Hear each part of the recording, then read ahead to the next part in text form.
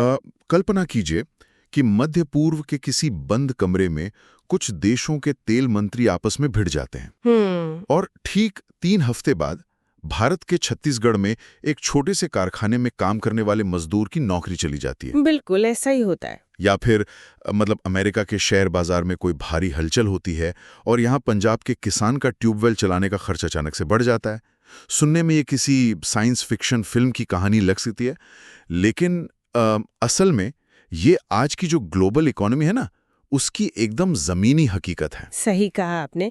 देखिए, आज की दुनिया में ना कोई भी घटना अलग थलग नहीं होती। हाँ, अगर हम सिविल सेवाओं या प्रशासनिक नजरिए से देखें तो नीतियां अब कोई एक सीधी रेखा में काम नहीं करती। वे एक मकड़ी के जाले की तरह आपस में बुनी हुई हैं। एग्जैक्टली। और इसीलिए इस गहन विश्लेषण में आज हमारा उद्देश्य सिर्फ खबरों के हेडलाइंस पढ़ना नहीं है। बिल्कुल नहीं। हम ये डिकोड करेंगे कि ये नीतियां आखिर काम कैसे करती हैं। हम डॉट्स को कनेक्ट करेंगे। हम समझेंगे कि दुनिया के एक कोने में लिया गया फैसला हमारे स्थानीय पर्यावरण या हमारे लेबर राइट्स को कैसे बदल कर रख देता है। और मेंस परीक्षा के नजरिए से देखें तो क्या हुआ से ज्यादा ये समझना जरूरी है कि क्यों हुआ और इसका हमारे ऊपर प्रभाव क्या होगा। तो चलिए इस उलझे हुए जाल को सुलझाना शुरू करते हैं। सबसे पहले बात करते हैं देश के सबसे बुनियादी ढांचे की, यानी हमारी न्याय प्रणाली की। सुप्रीम कोर्ट ने हाल ही में नाबालिग दुष्कर्म पीड़ितों के गर्भपात के अधिकारों पर एक बेहद सख्त रुख अपनाया है ना? हाँ, ये एक बहुत ही ऐतिहासिक कदम है। कोर्ट ने कहा है कि मेडिकल टर्मिनेशन ऑफ प्रेगनेंसी यानी एमटीपी एक्ट और दंड संहिता में बदलाव होना चाहिए, ताकि नाबालिगों के लिए जो गर्भपात की समय सीमा है उसे पूरी तरह से हटाया जा सके। देखिए, इस फैसले के पीछे की जो कानूनी और मानवीय प्रक्रिया है ना, उसे समझना बहुत जरूरी है। बिल्कुल। एमटीपी एक्ट सामान्य परिस्थितियों में गर्भपात के लिए 24 हफ्ते की सीमा तय करता है, जो कि एक स्टैंडर्ड टाइमलाइन है। हाँ, लेकिन जब मामला किसी नाबालिग रेप सर्वाइवर का होता है ना, तो अक्सर पुलिस जांच, फिर मेडिकल बोर्ड की अनुमतियां और मतलब कोर्ट कचहरी के चक्कर। एग्जैक्टली, कोर्ट कचहरी के चक्कर में ये 24 हफ्ते की सीमा बड़ी आसानी से पार हो जाती है, जो कि बहुत ही दुखद है। बिल्कुल। और इसीलिए सुप्रीम कोर्ट का ये निर्देश संविधान के अनुच्छेद 21 यानी गरिमा के साथ जीने के अधिकार को अपना आधार बनाता है। राइट। कोई भी राज्य या कोई मेडिकल बोर्ड एक नाबालिग को उस भयानक मानसिक आघात के साथ जीने के लिए मजबूर नहीं कर सकता। मेरी नज़र में ये फैसला सिर्फ कानूनी कागजों तक सीमित नहीं है, बल्कि एक जीवन को हमेशा के लिए बर्बाद होने से बचाने की एक मानवीय कोशिश है। सही बात है। और कोर्ट ने इसमें एक और बात जोड़ी है। कोर्ट का कहना है कि ऐसे मामलों का ट्रायल सिर्फ 1 हफ्ते के भीतर पूरा होना चाहिए और जो आरोपी है उसकी संपत्ति को पीड़िता के नाम कर देना चाहिए। लेकिन मुझे यहाँ थोड़ी शंका है। मतलब, क्या हमारे मौजूदा न्यायिक ढांचे में, जहाँ लाखों केसेस पहले से पेंडिंग है, 1 हफ्ते में ट्रायल पूरा करना प्रैक्टिकली पॉसिबल है? देखिए, व्यावहारिक धरातल पर यह निस्संदेह एक बहुत विशाल चुनौती है। हाँ ना? पुलिस के लिए इतने कम समय में फोरेंसिक सबूत जुटाना, फिर चार्जशीट दाखिल करना, ये सब लगभग असंभव सा लगता है। बिल्कुल। लेकिन सर्वोच्च न्यायालय का उद्देश्य यहाँ एक डिटरेंस यानी खौफ पैदा करना है। अच्छा। वे निचली अदालतों के लिए एक नजीर या प्रेसिडेंट तय करना चाहते हैं। और रही बात संपत्ति हस्तांतरण की, तो वो भी उसी दिशा में है। मतलब ये सिर्फ एक सजा नहीं है? नहीं, ये सिर्फ सजा नहीं है, बल्कि सर्वाइवर के आर्थिक पुनर्वास का, उसके रिहैबिलिटेशन का एक ठोस प्रयास है। ये पॉइंट काफी लॉजिकल है।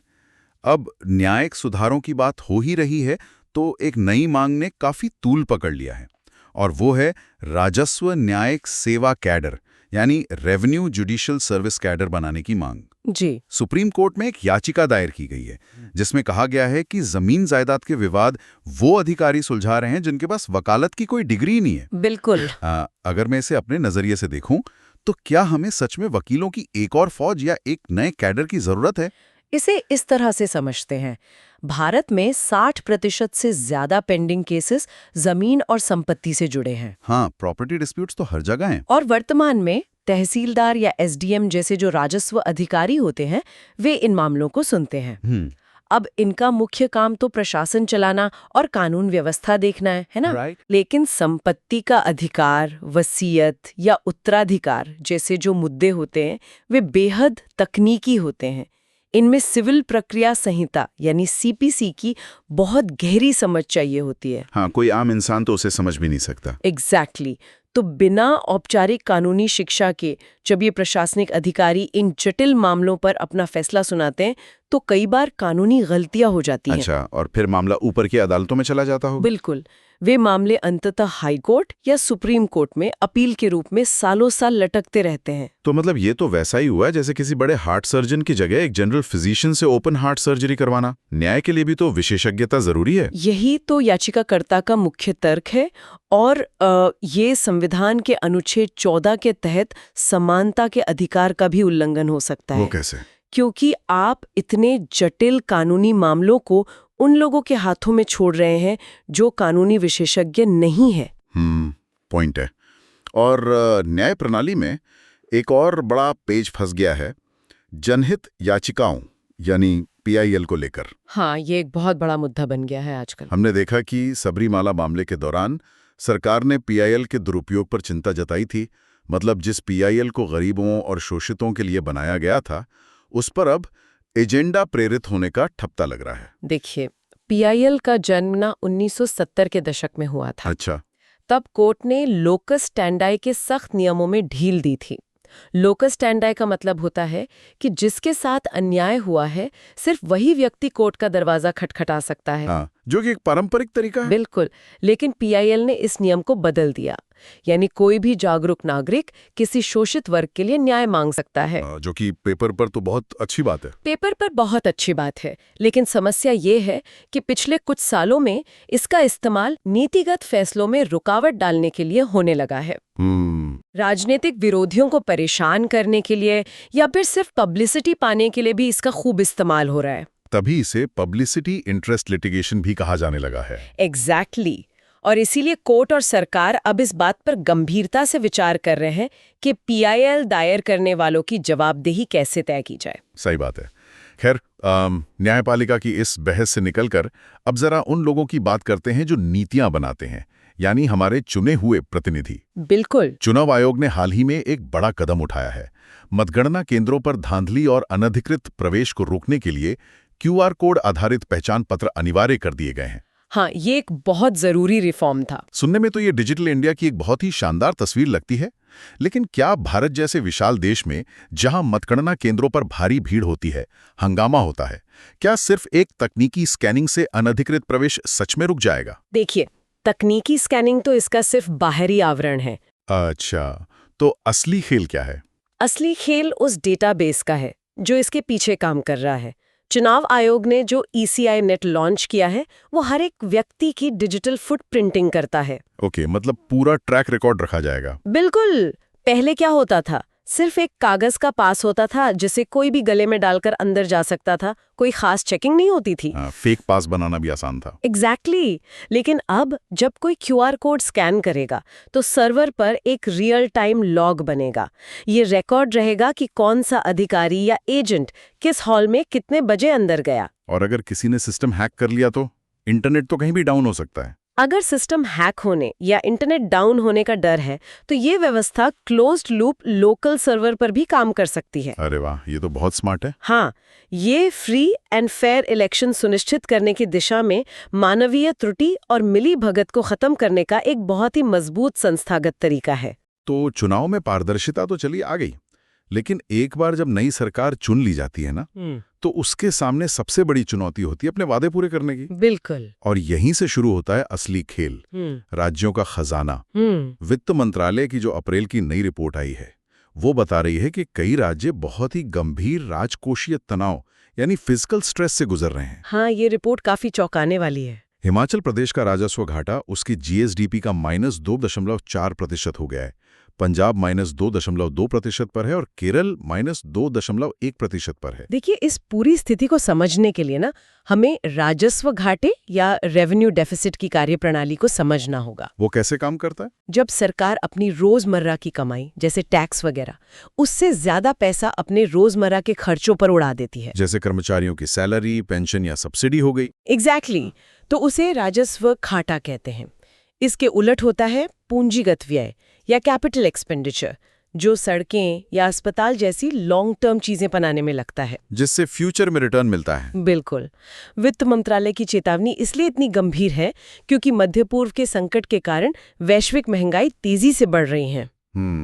अगर राज्य अपनी कमाई का बड़ा हिस्सा सिर्फ मुफ्त योजनाओं या कर्ज का ब्याज चुकाने में लगा देंगे तो बाहर से कोई आर्थिक झटका लगने पर उनके पास कोई सेफ्टी कुशन नहीं बचेगा। रुकावट के लिए माफी चाहूंगा, लेकिन जरा ठहरिए, मैं एक बात पूछना चाहता हूँ। हाँ बिल्कुल, पूछिए। क्या हर तरह का खर्च या हर तरह का कर्ज बुरा होता है? कुछ राज्य तो विकास के लिए भी कर्ज लेते हैं, फिर उन्हें कटघरे में क्यों खड़ा किया जाए? बहुत ही शानदार सवाल है, और इसी अंतर को स्पष्ट करने के लिए उस रिपोर्ट में ओडिशा का बेहतरीन उदाहरण दिया गया है। अच्छा, ओडिशा ने क्या किया है? देखिए, ओडिशा का कुल राजकोषीय घाटा 3.5% है, जो कि 3% के नियम से ज्यादा है। तो तकनीकी रूप से तो वो भी खतरे में है। नहीं, यही तो पेच है। उनका घाटा भले ही ज्यादा है, लेकिन ओडिशा का पूंजीगत परिव्यय यानी कैपिटल आउटले 6.5% है, और उनका रोजमर्रा का खाता मुनाफे में है, यानी वे रेवेन्यू सरप्लस में है। मतलब वे जो भी कर्ज ले रहे हैं वो सिर्फ इंफ्रास्ट्रक्चर बनाने के लिए ले रहे हैं। एग्जैक्टली। वे सैलरी बांटने या फ्रीबीज के लिए कर्ज नहीं ले रहे। ये एक सोच समझकर किया गया निवेश है। कर्ज लेना समस्या नहीं है, कर्ज लेकर उसे सिर्फ उपभोग या कंजम्पशन पर खर्च कर देना असली समस्या है। क्या बात है, ये तो बहुत ही क्लियर हो गया है। अब देखिए, ये जो आर्थिक दबाव है ये सिर्फ राज्यों तक सीमित नहीं है, अंतर्राष्ट्रीय मोर्चे पर भी हमारी अर्थव्यवस्था को एक बड़ा झटका लग रहा है। एफपीआई की बात कर रहे हैं आप? हाँ, विदेशी पोर्टफोलियो निवेशकों यानी एफपीआई ने अप्रैल तक भारतीय शेयर बाजार से 60,847 करोड़ रुपए निकाल लिए। ये एक बहुत बड़ा अमाउंट है, और इसका सीधा असर हमारे रुपए पर पड़ रहा है।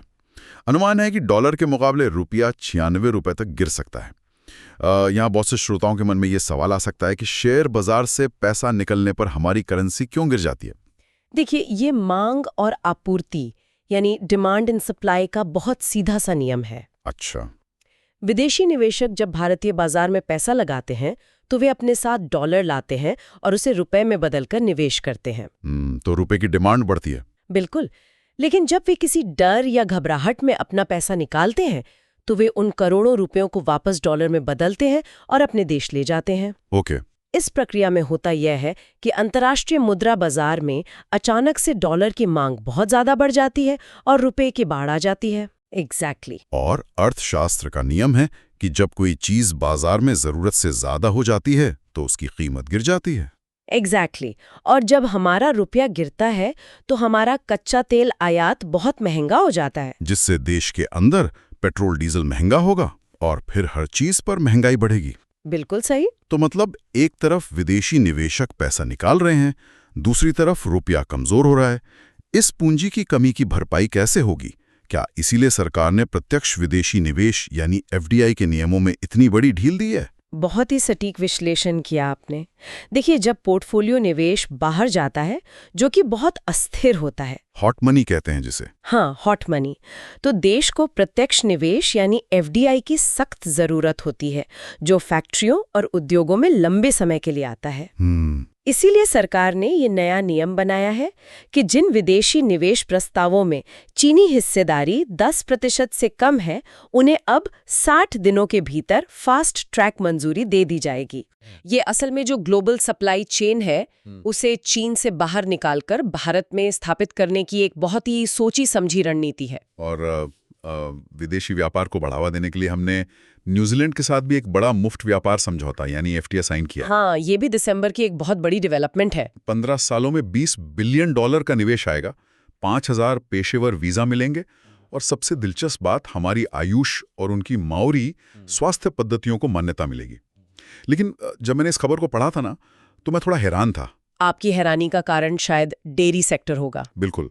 मतलब न्यूजीलैंड पूरी दुनिया में डेयरी का पावर हाउस है। हाँ, वो तो है।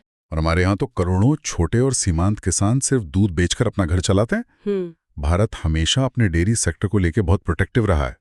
अगर न्यूजीलैंड का सस्ता दूध और पनीर भारत के बाजार में आ गया तो हमारे किसान तो पूरी तरह बर्बाद हो जाएंगे। ये डील आखिर भारत ने किस शर्त पे की? यहाँ हमारे वार्ताकारों ने भारत के किसानों को बचाने के लिए एक बहुत ही चतुर ring fenced value addition framework तैयार किया है। ये रिंग फेंस्ड फ्रेमवर्क क्या होता है? इसका मतलब है कि उन्होंने तरल दूध, आम पनीर और दही को इस समझौते से पूरी तरह बाहर रखा है। अच्छा। यानी इन पर अभी भी भारी टैक्स लगेगा। हम्म। सिर्फ जो शिशु फॉर्मूला या बहुत उच्च मूल्य वाले उत्पाद हैं, उन्हें ही सशर्त प्रवेश मिला है। तो न्यूजीलैंड की कंपनियां बिना टैक्स के डेयरी उत्पाद भारत ला तो सकती हैं? हाँ, लेकिन शर्त ये है कि वे इसका उपयोग सिर्फ कच्चे माल के तौर पर भारत में कुछ नया बनाने के लिए करेंगी और उस अंतिम उत्पाद का 100% भारत से बाहर एक्सपोर्ट किया जाएगा। अरे वाह, मतलब वह सिर्फ हमारी जमीन और हमारे श्रम का इस्तेमाल करके प्रोडक्ट बनाएंगी और उसे किसी तीसरे देश में बेच देंगे। एग्जैक्टली। इससे भारतीय बाजार में सस्ता दूध नहीं आएगा, जिससे हमारे किसान सुरक्षित रहेंगे, लेकिन हमारे यहाँ कारखाने खुलेंगे और रोजगार मिलेगा। बिल्कुल, ये कूटनीति का एक बहुत ही शानदार उदाहरण है। अब वैश्विक व्यापार की बात हो ही रही है, तो ऊर्जा क्षेत्र में एक बहुत बड़ा भू राजनीतिक भूकंप आया है। आप यूएई की बात कर रहे हैं? जी हाँ, संयुक्त अरब अमीरात यानी यूएई ने तेल निर्यातक देशों के संगठन ओपेक से बाहर निकलने का जो संकेत दिया है, ये सिर्फ एक अंतर्राष्ट्रीय खबर नहीं है। इसका सीधा असर हमारी जेब पर पड़ने वाला है। देखिए, इस घटनाक्रम को समझने के लिए ना हमें ये जानना होगा कि ओपेक काम कैसे करता है। ओपेक असल में एक कार्टेल है, यानी कुछ देशों का एक ऐसा समूह जो आपस में मिलकर ये तय करता है कि बाजार में कितना तेल उतारना है, ताकि सप्लाई कंट्रोल में रहे। बिल्कुल, वो जानबूझकर तेल का उत्पादन कम रखते हैं ताकि सप्लाई कम रहे और कीमतें हमेशा आसमान छूती रहें। अब यूएई दुनिया के सबसे बड़े तेल उत्पादकों में से एक है। हाँ। लेकिन ओपेक के नियमों के कारण वो अपनी क्षमता का पूरा इस्तेमाल नहीं कर पा रहा था। और अगर यूएई ओपेक से बाहर निकलता है, तो वो अपनी मर्जी से जितना चाहे उतना तेल बाजार में बेचेगा। एग्जैक्टली। और जब यूएई भारी मात्रा में तेल बाजार में उतारेगा, तो ग्लोबल मार्केट में सप्लाई बढ़ेगी और कच्चे तेल के दाम गिरेंगे। और क्योंकि भारत अपनी जरूरत का 85 से 90% तेल आयात करता है, तो सस्ते तेल का सीधा सा मतलब है कम महंगाई, सस्ता ट्रांसपोर्ट और सरकार के विदेशी मुद्रा भंडार की भारी बचत। मतलब ये भारत की ऊर्जा सुरक्षा के लिए तो एक संजीवनी साबित हो सकता है। बिल्कुल। तो चलिए, यहाँ तक हमने देखा कि सरकार विदेशी कंपनियों को भारत लाने के लिए एफडीआई नियम आसान कर रही है, व्यापार समझौते कर रही है और सस्ते तेल का जुगाड़ भी कर रही है। अब ये विदेशी कंपनियां जब भारत आएंगी तो वे हवा में तो काम करेंगी नहीं, उन्हें कारखाने लगाने होंगे और मजदूर रखने होंगे। सही बात है। और यही प्रवेश होता है भारत के नए लेबर कोड्स यानी मजदूर संहिताओं का। 21 नवंबर 2025 को 29 पुराने कानूनों को मिलाकर 4 नए कोड लागू कर दिए गए हैं। जी। कहा जा रहा है कि इससे ईज ऑफ डूइंग बिजनेस बढ़ेगा। आपका क्या विश्लेषण है इस पर? देखिए, ईज ऑफ डूइंग बिजनेस यानी व्यापार करने में आसानी, लेकिन नीतियां बनाते समय ना हमेशा पूंजी और श्रम के बीच एक संतुलन साधना पड़ता है। हाँ, कैपिटल और लेबर के बीच। बिल्कुल। जब आप नियमों को पूंजी के पक्ष में झुकाते हैं, तो श्रम के अधिकार छिनने लगते हैं। उदाहरण के लिए आप इंडस्ट्रियल रिलेशंस कोड को ही ले लीजिए। उसमें क्या बदलाव हुआ है? पहले क्या था कि अगर किसी कारखाने में 100 मजदूर काम करते थे, तो मालिक बिना सरकार की इजाजत के उन्हें नौकरी से नहीं निकाल सकता था। नए नियम में ये सीमा बढ़ाकर 300 कर दी गई है। इसका सीधा मतलब तो यह है कि 300 से कम मजदूरों वाली फैक्ट्रियों में हायर एंड फायर की नीति कानूनी रूप से वैध हो गई है। जब चाहो रखो, जब चाहो निकाल दो। बिल्कुल। और इसके साथ ही जो व्यावसायिक सुरक्षा कोड है, उसने कारखाने की वैधानिक परिभाषा ही बदल दी है। अच्छा। पहले बिजली से चलने वाले 10 मजदूरों वाले कारखाने सरकारी सुरक्षा नियमों के दायरे में आते थे। हाँ। अब यह सीमा बढ़ाकर 20 कर दी गई है। तो इसका जमीनी असर क्या होगा? असर ये होगा कि भारत में ऐसे हजारों छोटे गारमेंट और टेक्सटाइल कारखाने हैं जहां 15-18 मजदूर काम करते हैं। अब ये सभी कारखाने अनिवार्य सरकारी सुरक्षा जांच से बाहर हो गए हैं। अगर मैं इसके लिए एक एनालॉजी दूं, तो ये ऐसा है जैसे किसी पुरानी बिल्डिंग को बाहर से सुंदर और विशाल दिखाने के लिए आपने उसके कुछ लोड बियरिंग पिलर्स ही हटा दिए हों। बहुत ही सटीक एनालॉजी है। बाहर से आने वाले निवेशकों को वो खुली जगह बहुत आकर्षक लगेगी, लेकिन जो मजदूर उस कमजोर छत के नीचे काम कर रहे हैं, उनके लिए वो छत किसी भी दिन गिर सकती है। और आपको पता है, ये छत गिरना शुरू भी हो गई है। कहाँ?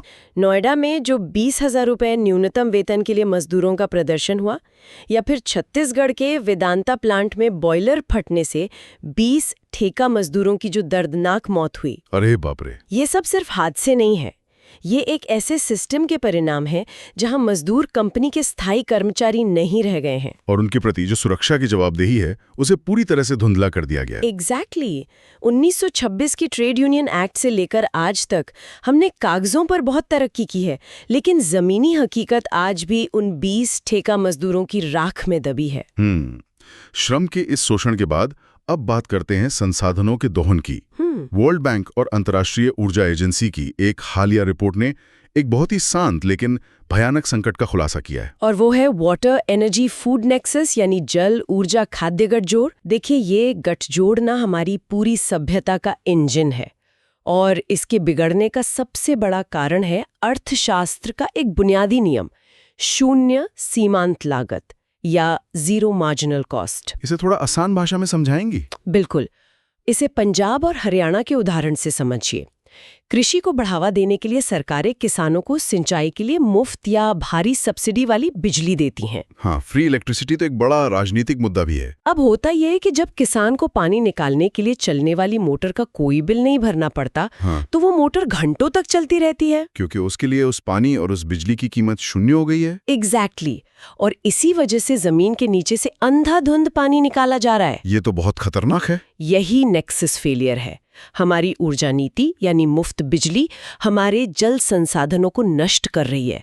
जब ग्राउंड वाटर खत्म हो जाएगा तो हमारी कृषि यानी खाद्य उत्पादन सीधे तौर पर प्रभावित होगा। और चूंकि हमारे उर्वरक कारखाने और ट्रैक्टर भी पेट्रोलियम पर चलते हैं, तो वैश्विक बाजार में कच्चे तेल की कीमतों में जरा सा भी उछाल सीधे भारत की खाद्य सुरक्षा पर प्रहार करता है। बिल्कुल सही। ये सच में एक ऐसा चक्रव्यूह है जिसे तोड़ना बहुत मुश्किल लगता है। लेकिन चलिए, हर तरफ सिर्फ निराशा नहीं है। हाँ, कुछ अच्छी खबरें भी हैं। तकनीकी नवाचार इस चक्रव्यूह को तोड़ने की कोशिश कर रहे हैं। गुजरात के कच्छ में जूली फ्लोरा नाम का एक आक्रामक खरपतवार बहुत तेजी से फैल रहा था। हाँ, वो स्थानीय पौधों को पूरी तरह खत्म कर देता है। लेकिन अब भारत का पहला प्लांट इसी खरपतवार को समुद्री ईंधन यानी ग्रीन मिथेनॉल में बदल रहा है। ये तो मतलब एक विलेन को हीरो बनाने वाली बात हो गई। ये इनोवेशन इसलिए बहुत महत्वपूर्ण है क्योंकि जूली फ्लोरा की जो लकड़ी होती है ना, वो बहुत सख्त होती है और इसका ऊर्जा प्रोफाइल बेहतरीन है। ओके। जब आप एक आक्रामक खरपतवार को बायोफ्यूल में बदलते हैं तो आप दो समस्याओं का एक साथ समाधान करते हैं, और दूसरा, आप कच्चे तेल के आयात पर अपनी निर्भरता भी कम कर रहे हैं। भविष्य में ये तकनीक भारत के ऊर्जा आयात का एक बड़ा हिस्सा रिप्लेस कर सकती है। ये एक बहुत ही पॉजिटिव कदम है। लेकिन हमें यह भी समझना होगा कि तकनीक कोई जादू की छड़ी नहीं है जो रातों रात हर पर्यावरणीय संकट को दूर कर दे। सही बात है। तमिलनाडु के नीलगिरी जंगलों में जो भयानक आग लगी, वो इसका सबूत है। इस आग को बुझाने के लिए वायुसेना तक की मदद लेनी पड़ी थी। क्या ये सिर्फ बढ़ते तापमान का नतीजा था?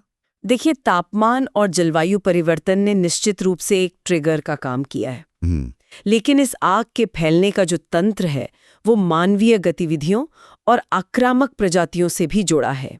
जंगलों में जो आक्रामक अंडरग्रोथ या सूखी झाड़ियां जमा हो गई थीं, उन्होंने इस आग को ईंधन दिया। और मैंने पढ़ा था कि कुछ मानवीय कारण भी थे। हाँ, जनजातीय लोगों द्वारा झाड़ू बनाने के लिए लकड़ियां इकट्ठा करते समय आग लगाना या पर्यटकों की लापरवाही, ये सब मिलकर एक प्राकृतिक घटना को एक बहुत बड़ी आपदा में बदल देते हैं। और इस पूरे इकोसिस्टम के बिगड़ने का सबसे बड़ा नुकसान पता है किसे होता है? वन्य जीवों को। बिल्कुल, वहां रहने वाले वन्य जीव इसकी सबसे बड़ी कीमत चुकाते हैं। मध्य प्रदेश के कान्हा टाइगर रिजर्व का आंकड़ा तो रोंगटे खड़े कर देने वाला है। हाँ, बाघों की मौत वाला आंकड़ा। जी, 2026 में अब तक वहां 27 बाघों की मौत हो चुकी है। क्या ये सिर्फ शिकारियों का काम है या इसके पीछे कुछ और वैज्ञानिक कारण हैं? बाघों की मौतों को सिर्फ शिकार तक सीमित करना इस समस्या को बहुत सतही तौर पर देखना होगा। तो असली वजह क्या है? देखिए, जब जंगल सिकुड़ते हैं और इंफ्रास्ट्रक्चर के कारण उनके बीच के जो नेचुरल कॉरिडोर्स होते हैं वे कट जाते हैं, तो बाघ एक बहुत छोटे से इलाके में सीमित कर रह जाते हैं, जिससे उनके बीच टेरिटोरियल फाइट या आपसी संघर्ष बढ़ता होगा। एग्जैक्टली। इसके अलावा जब वे इंसानी बस्तियों या पालतू कुत्तों के संपर्क में आते हैं तो कैनाइन डिस्टेम्पर वायरस यानी CDB जैसी घातक बीमारियां उनमें फैलने लगती हैं। मतलब ये भी उसी नेक्सस का एक हिस्सा है जहां आर्थिक विकास की कीमत जंगल चुका रहे हैं। बिल्कुल सही कहा आपने। तो आज के सफर में हमने काफी कुछ कवर किया। सुप्रीम कोर्ट के फैसलों से लेकर चुनाव आयोग के स्कैनर तक की बात की। हमने समझा कि कैसे विदेशी पोर्टफोलियो निवेशकों का पैसा निकालने से हमारा रुपया गोता लगाता है और कैसे न्यूजीलैंड के साथ डेयरी समझौते में हमने अपने किसानों को एक रिंग फेंस के जरिए बचाया। हमने कारखानों के उन लोड बेयरिंग पिलर्स को हिलते हुए देखा जो मजदूरों को सुरक्षा देते थे और कच्छ के खरपतवार को ग्रीन एनर्जी में बदलते हुए भी देखा। और इन सभी अलग अलग लगने वाले विषयों में एक ही धागा है जो सबको जोड़ता है, और वो है प्रभाव की एक ना दिखने वाली श्रृंखला। एग्जैक्टली। और इसी विचार के साथ मैं श्रोताओं को एक गहरे वैचारिक प्रश्न के साथ छोड़ना चाहता हूँ। आज हमने देखा कि मध्य पूर्व में ओपेक का टूटना या विदेशी निवेशकों का घबराना कैसे सीधे पंजाब के एक खेत में चल रहे ट्यूबवेल या मध्य प्रदेश के एक जंगल में रहने वाले बाघ के जीवन को प्रभावित कर सकता है। बिल्कुल। कल को जब कोई एक बड़े प्रशासनिक पद पर बैठेगा या एक जागरूक नागरिक के तौर पर अपनी सरकार से सवाल करेगा, तो क्या सबसे बड़ी चुनौती सिर्फ सामने खड़ी तत्कालीन समस्याओं जैसे बेरोजगारी या महंगाई को हल करना होगी? ये एक बहुत बड़ा सवाल है। या फिर असली चुनौती ये अनुमान लगाना है कि दुनिया के किसी अनजान कोने में गिरी एक नीतिगत डोमिनो अंततः भारत की अर्थव्यवस्था, हमारे मजदूरों और हमारे पर्यावरण पर कहां और कैसे जाकर गिरेगी? दुनिया की इस जटिलता में इस बटरफ्लाई इफेक्ट पर विचार करना सच में बहुत जरूरी है। बिल्कुल। तो इस विस्तृत और गहन चर्चा से जुड़ने के लिए बहुत बहुत धन्यवाद। हम आगे भी ऐसे ही विश्लेषणात्मक अध्ययन के साथ लौटेंगे। तब तक के लिए सवाल पूछते रहिए और डॉट्स को कनेक्ट करते रहिए।